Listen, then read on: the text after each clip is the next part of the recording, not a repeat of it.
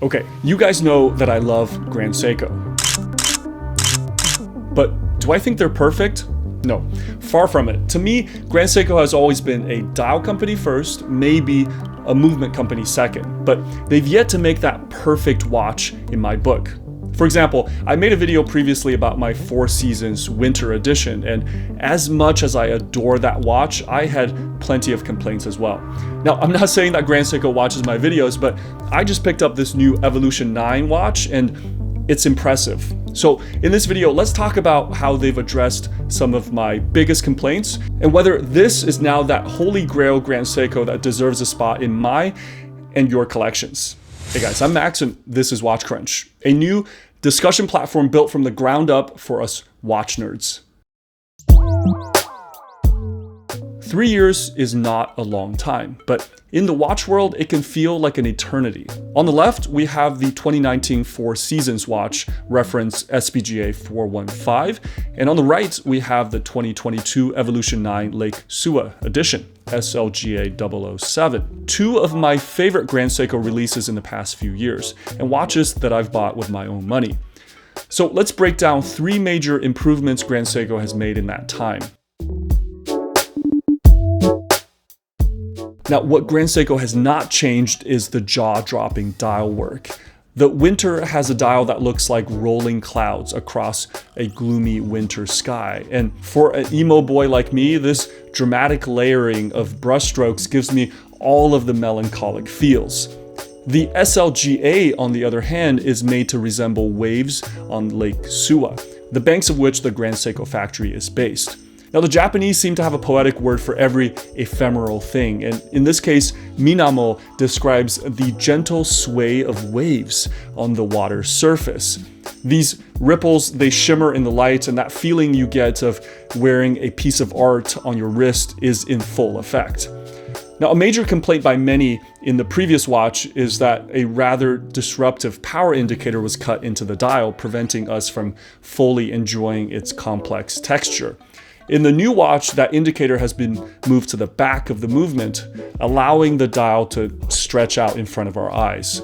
Now, on the 2019 watch, I found the hands to be awfully simple. They're flat with precisely beveled edges, and sometimes you can kind of lose track of the minute and hour hands together. The new model features a wider hour hand with a blunted tip and a textured stripe down the middle. Now, this is not only more interesting to look at, it also helps the eyes to distinguish the hour from the minute hand. One thing I love about both watches is that they have contrasting second hands, and here on the Suwa, we get gold accents paired on a blue background.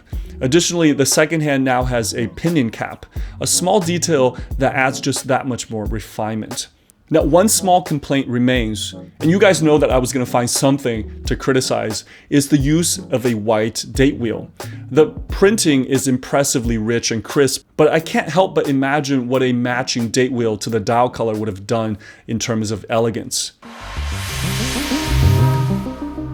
Another annoyance everyone had for the 2019 watch was that big gold lion logo found on the sapphire display caseback. It was a bit ostentatious and obscured one of the best things about Grand Seiko, which is the beautiful finishing on their movements.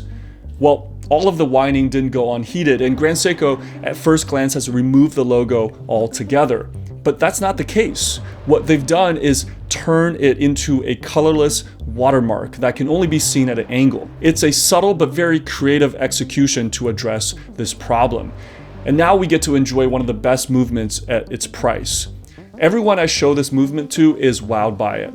It has a fine, beat-blasted finish that is said to resemble the frosted surface of the lake. And this texture gives way to polished bevels along all of its edges. The rotor is highly skeletonized, and every screw hole is countersunk and polished on the edges as well.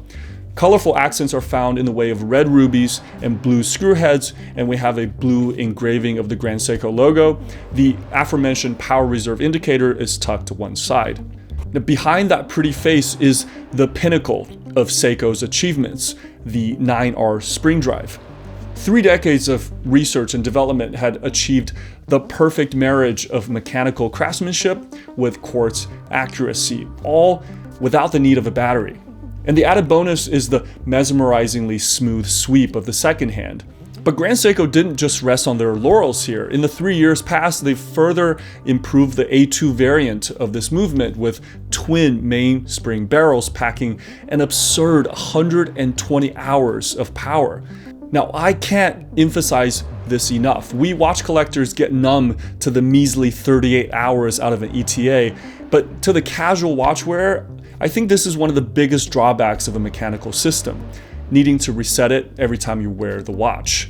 With Grand Seiko, I wore it one day, put it down for almost a week to make another video, and when I came back, I was sure that it was going to be dead. But there it was, still running, and running at that stupidly accurate plus or minus half of a second per day. And this is why if I have one Grand Seiko in my collection, it's going to be a spring drive. You can tell a lot about a manufacturer's attention to detail by looking at the bracelet, which is actually deceivingly hard to get right. And this was always the part where Grand Seiko dropped the ball. I always felt like they kind of ran out of design budget with the watch head and just slapped some metal band off the shelf on there.